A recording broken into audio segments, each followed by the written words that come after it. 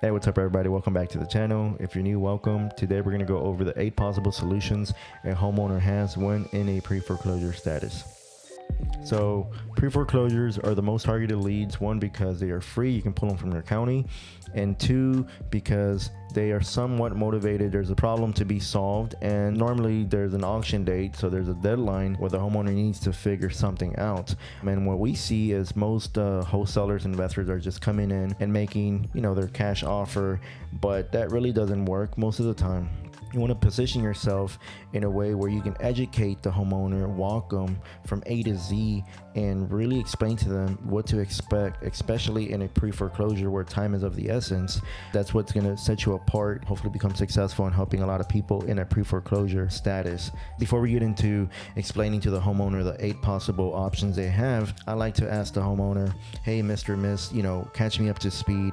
Or where are you at with the process? Have you spoken to your lender, and see what they say about that? Because you want to know, have they spoke to the lender about anything?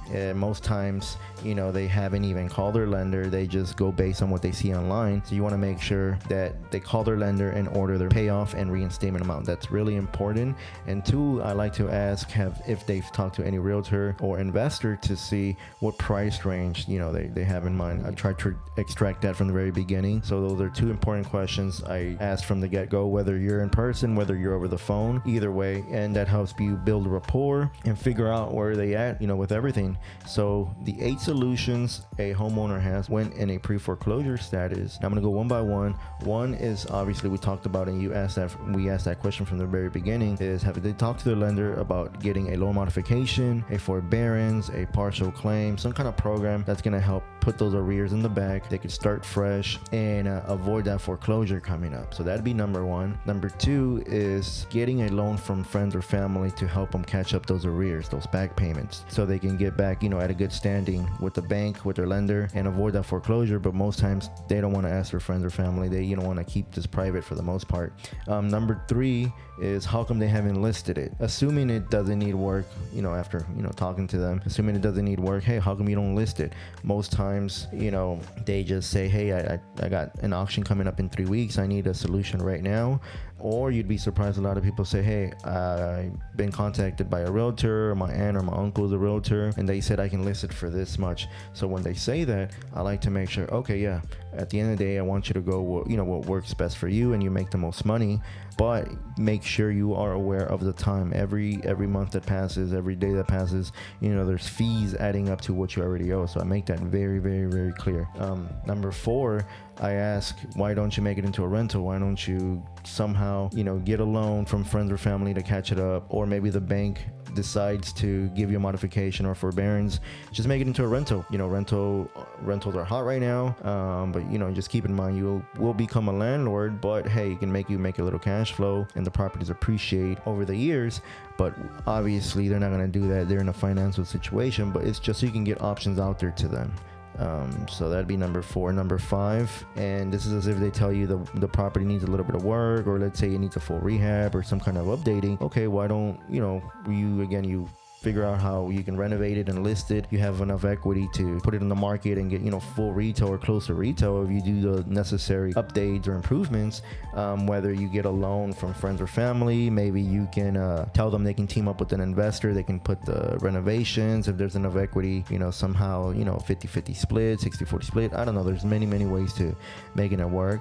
But a lot of the times they just want a solution right now. But what this is doing is you're checking off, and we hope the lender can help them out with the program so they can start from the very beginning, start fresh. But if not, you're just checking off. And the idea is, if none of the first 1 through 6 options are something they want to go through or even available, we come in on number 7 or 8. So Number 5 was renovated and listed. Number 6 is, I would say, their last option before we come in as the investor, because that would be bankruptcy. We can't give legal advice, or we just say, hey, that's worst case scenario. If your plan is to keep it and the bank's not helping, the cash offers, the realtors, nothing's helping, you can file bankruptcy. But again, seek professional help. Never help them log in to, figure out the paperwork or not. Don't even get involved. Just let them get a professional and they can talk it out. So number 7 and 8 is where we come come in. Number 7 would be the cash offer. You know, you want to obviously make the cash offer and see how they respond. Most times they don't have a number in mind, but it's still good to make the cash offer so they can have it in the back of their mind, and just assure them, hey, you know, I can provide my title company's information, because this is what we do. We provide title company's information. Feel free to call them, vet me, ask for me, and they're going to tell you that, you know, we close with them multiple times every month, and that just helps, you know, build a rapport even stronger. 2, I'd make them aware and assure that, you know, hey, this is a cash offer. We pay the closing costs. We make it as easy as possible, and we're going to walk you, you know, from beginning to end, and help you avoid this foreclosure. But then number 8 would be sub 2, taking over payments or creative finance. And this is we only bring this out when we know when they get their payoff back and the cash offer doesn't work, and we know that the numbers are real slim. So if the payoff shows a number that's close to what the property is worth at the moment, and you know that, you know, if they list it, there's no profit, and if they get a cash offer, they're probably underwater. So really the only possible solution to this is either taking over the payments. Well, is taking over the payments. It's subject to, because, you know, they're behind on their payments. So that's where we come in, catch up the arrears. The bank sees, okay, so they, you know, they caught it up. We'll stop the foreclosure, step into their shoes, and I just continue the payments like they were from the very beginning. So yeah, so 7 and 8 pertains to us and an investor, but the idea is to go through number 1 through 6 and see where they fall in to any of the options. And if not, the only option they have is really to sell to you. And, you know, if you're walking them, you're educating them, you know, from the very beginning. You come as a different perspective to them. You're not the sleazy investor trying to lowball them.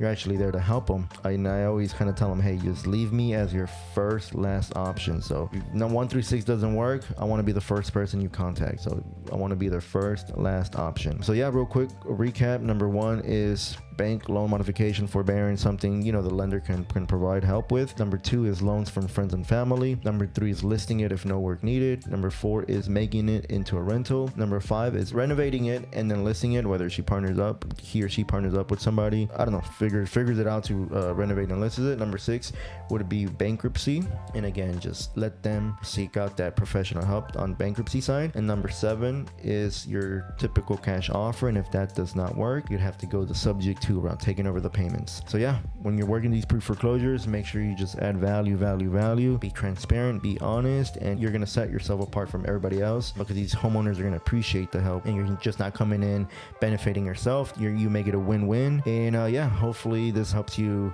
be successful in the pre-foreclosure world, because they are a little bit different. And yeah, appreciate y'all watching, and leave a comment, leave a like. I'll post my link tree on the comments. You can get all the contracts, you can get everything there.